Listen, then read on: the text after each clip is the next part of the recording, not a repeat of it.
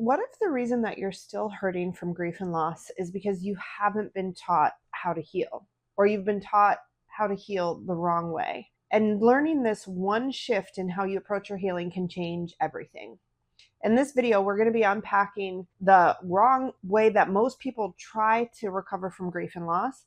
And we're going to shift it to the thing that actually helps you move forward in your recovery and how to sustain that in a healthy and loving way. Hey there, I'm Kelly Nielsen, and after having recovered from my own tremendous grief and loss, I created a faith-based and neuroscience-informed process that has helped hundreds of people heal. So let's dive right in. What is the wrong way that most people try to tackle their healing? There's two big mistakes, well, really three big mistakes that I see people making. But the first mistake is just not even believing that you can heal or recover. There's a whole camp of folks that just say, you're going to learn to live with it, you're going to hurt for the rest of your life. And so they don't even approach or attempt healing because they don't believe it's possible. But I want to talk about the two mistakes, the two paths that people try to take in their healing that is actually leading them astray. By the way, this is Gracie. She wanted to make a cameo in this video. Okay, so the first one is when we try to go back to the way things were, we're so bothered and in pain about what we lost and the person we lost, the situations, ourselves, who we used to be before the loss. And so many people are working to try to get back to the way that they were, or they just want things to be the way that they were. And that math will never math. Things have changed. You have changed. You are changing. And so if you are working to try to get back to normal, or you're trying to get back to the way things were, you will be on that journey forever and you will never arrive at the destination because there is no going backwards. There is no going back to the way things were. And the sooner you can realize that, come to grips with that, make peace with that, then that is actually the first step of being able to move forward and start deciding and designing what you want your life to look like going forward. But for all my friends who are just desperately trying to get back to the way things were, that is the first mistake that I see people making. The second mistake that I see people making, and some counselors and groups even perpetuating this, is we equate the feelings with loss with sadness, right? Sorrow and sadness, and that is painful and uncomfortable to feel. So what a lot of people do is they try to contain or stuff or minimize or avoid those feelings of sadness. They don't actually face them, process them, and work through them. They just learn very sophisticated tactics on how to ignore the sadness, how to stuff the sadness, how to sit with the sadness when they want to feel close to their person emotionally. And the way that they're relating to their emotions around the loss is completely backwards. See, the thing that we know is that emotions and the feelings that we have are the third step in a neurological process. You have an event that happens, you have thoughts about that event, and those thoughts generate feelings. So the point is, if in our grief recovery, if all we're doing is managing feelings or suppressing feelings or avoiding feelings or compartmentalizing feelings, if all your focus is on the feelings, that's the tail wagging the dog, right? That's backwards. You're never going to resolve the underlying issue, which is really your thoughts about this loss and what it means to you for your life. And so that is the other piece that I see people, a mistake that I see people making, is that they're focused on their feelings and they're doing a lot of things, like I said, to avoid or compartmentalize or stuff or minimize those feelings. They're not actually embracing and processing through those feelings to have a different point of view. So if you catch yourself in either of these camps, either trying to go back to the way things were or just avoiding your feelings or trying to navigate your feelings, but you're not really making progress in your recovery, I encourage you to check out the link below for some additional help. But it's not enough to just look at, okay, well, what are the wrong way or the way that people are being led astray? We need to shift to, so what is the right way? That, and we don't want to just talk about what's wrong. We want to give solutions for what's right. So let's talk about some of the shifts that we can make in our thinking and in our grief recovery that will actually help us to make progress in our healing. The first is, it directly addresses those two mistakes. Let's talk about the first one, just coming to peace and grips with the fact that things are not going to go back to the way they were. And that's okay. but we can decide and design how we would like things to go forward in our future. This is one of the things that when I work with folks, we help people decide, and you can take some time to decide, what do you want for your life going forward? How do you want your life to look going forward? It sounds like a simple question, but it's actually a very loaded question. And it's a question that a lot of people don't actually take time to sit and consider and contemplate. What do I want my life to look like going forward? How do I want to feel? When we're focused so much on how we are feeling today and we don't spend time thinking about and deciding how would we like to feel tomorrow. See, because as I mentioned, feelings are the last thing in this neurological loop. An event happens, you have thoughts and you have feeling. So how you're feeling right now is always based on what something happened in the past and your thoughts about that thing in the past that generates a feeling. So the key here is if we want to feel differently tomorrow, we need to do different things today. We need to think different thoughts today, and that will generate different feelings tomorrow. That's very key for you to understand. If you understand that the feeling you're feeling today is always, always, always related to a past event and thoughts about a past event. So our feelings are always lagging behind, right? So again, if we understanding and embracing, if we want to feel differently tomorrow, or if we want to feel differently a week from now, we have to start doing things differently today, because what we do today is going to affect our tomorrow. It sounds kind of simple, but it's different to put it into practice. How mindful are you about your thoughts? How aware are you about what you're thinking and the words that you're saying? It's very easy when we feel awful to say, I feel awful and I'm sad, and you think about how sad you are and you talk about how sad you are. But my friend, all that does is generate more sadness the next day. So it's important for us to deal with those feelings, learn how to reframe our thoughts, how to redirect our thoughts. Now, we're not compartmentalizing or stuffing or minimizing. We're feeling the pain of the loss, but we're also very actively deciding how we choose to think about it and the words we speak about it, so that our tomorrow can begin to look and feel a little bit different. And if you've watched any of my videos, you know that it takes 21 days for us to implant a new thought or remove a negative thought, and it takes 63 days for that thing to become automatic, for that thought to move from your conscious mind to your subconscious mind. So what that means is we have to have 21 days of planting the right kinds of seeds before it's going to show up in our feelings, before it's actually going to become a thought in our minds and be able to produce a harvest of positive feelings. The problem is, again, when we're led by our feelings and we just keep repeating how we're feeling and coming to an agreement with our feelings, we're creating more of the same.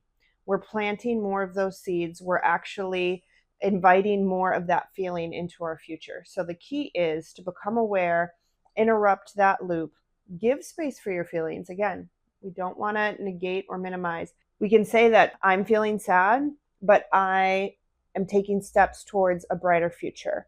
I'm feeling sad in this moment, but I know that I'm embracing peace, or I'm embracing joy, or I'm learning how to walk in a way that feels good for me, right? This is something that you're learning and you're growing in. And so you can say that. Again, like, I'm not saying you feel sad and so you should just say, oh, I'm happy. No, that's not what we're doing. We're acknowledging that today we might feel sad, but we're also saying we are embracing the path of healing. We are learning how to experience and receive and hold peace and joy, even in this place of sadness. And the more and more we do that, and the more and more we focus on that and let that be the confession of our mouth, the more and more that our brain will come into agreement with that, our body will be able to receive that, and we will have more and more lightness in our day as opposed to darkness. It's a subtle shift, but it's a huge shift at the same time. The more we can learn to acknowledge our feelings, but make the declaration of our mouth be where we would like to go, not where we currently are, right? We need to be future thinking, future speaking, and keep our eyes fixed on where we're headed, right? Not where we've been, or even not how we're feeling right now today, but where we would like to go. This is such the shift that makes all the difference in the world. It's so easy when we're grieving and we've experienced loss. Our eyes and our heart want to look backwards all the time, right? Like we just want to soak up and remember every moment that we were with our person. We want to relive. And sometimes our brain even wants to relive the trauma. Our brain will loop back to that painful memory of the loss or other painful memories because we physically have become addicted to those memories. I know that's a bold and crazy statement, but it's true. Actually, biologically speaking, when you have a strong emotional event take place in your life, when you have a traumatic event or a loss, our brain goes back and revisits it and revisits it. And once it has done that enough, it actually becomes a bit of an addiction. Our brain is so familiar with that pain. And a lot of us feel close to our loved ones when we revisit that pain. So we can, in a very physical sense, become addicted to reliving that or the traumatic response. And it's very important. It takes a lot of intentionality and a lot of consistency to break that cycle, to break that addiction, and to force our mind to begin to look forward. Now, I know a lot of people don't like looking forward because our forward future looking doesn't necessarily include our loved one, right? We can feel like we're leaving them behind. So that's why it's so important to weave your person into your future. You can look forward to a future that absolutely includes your loved one. It can include your loved one through traditions, through jokes, through memories, through things that you do to honor and celebrate your loved one. So don't be afraid of looking forward. Learn to look forward with your loved one, and that can be another way that you weave them in and feel intentionally close to them. So we have talked about how we want to shift from past looking, right, and trying to get back to the way things were. Now we're going to learn to look forward, and we're going to build a life that we love looking forward. And then lastly, we want to talk about, okay, this sounds great, Kelly, and you're saying all these kind of big theoretical things. What does that look like practically speaking, right? I don't want to just share the methodology behind things. I want to give you guys practical tools always that you can implement in your day-to-day life. Okay, so the first one is when you're catching yourself. If you catch yourself going back to wanting the way things were or meditating or thinking about that, can you interrupt that thought loop? Can you catch yourself thinking that way and quickly interject a different thought or a different sentence to refocus your mind, energy, and attention to forward thinking? Interrupting that neurological loop is rewiring your brain for healing and for the future. So that is a practical step. This is why I help people to create sentences, because a sentence, giving your brain something else to think about or focus on, is the best way to change the attention from the past or wishing that things would go back to the way they were to this future that you're actually right now designing. Right now you're designing your future. Watching this video, the thoughts you're thinking, the words you're speaking is the architecture for your future. The question is, are you blindly or unknowingly designing your future, or are you going to be an intentional architect? Are you going to take time to think about what you're thinking about, be mindful of your words, and plant seeds today that you actually look forward to harvesting tomorrow? Or are we living in a place where we're reactive instead of responsive, where we're sitting in our feels all day, where we're repeating and rehashing all the things that we don't like about the way that we feel so that we experience more of it tomorrow? Okay, so the first one is learning to identify and interrupting those unhelpful thought loops. My friend, if you can do that, you are off to the races. That is the biggest thing. Becoming aware of the thought loops that are keeping you stuck, either because you're wanting to go backwards, you're focusing on the past too much, you're wishing things were the way that they were, you're sitting for hours on end in your sadness and connecting to your loved one. The other biggest shift is when you find yourself sitting in sadness, can we start to cultivate and create positive emotions that also help us feel connected to our loved ones? Can we think about positive memories? Can we think about doing something in our future that would honor and celebrate our loved one, that produces a positive emotion? It's a lie to think that the only way you can stay connected to your loved one is through sad emotions. There are plenty of ways for you to stay connected to your loved one with positive and happy emotions. You just have to practice it, right? The sadness and the sorrow come so easy and naturally, and we can just easily stay in that place. But can you cultivate joy and laughter? Can you remember silly memories? Can you remember inside jokes? Can you on purpose think about fun and light times and or relate to your loved one in a fun and light way. That is possible, and that is what we hope to cultivate and grow so that we can relate to our loved one for the rest of our days in a way that feels good and doesn't hurt us emotionally. Those are some of the practical things that you can actually implement. And even with all this, I hope and pray that this video has blessed you.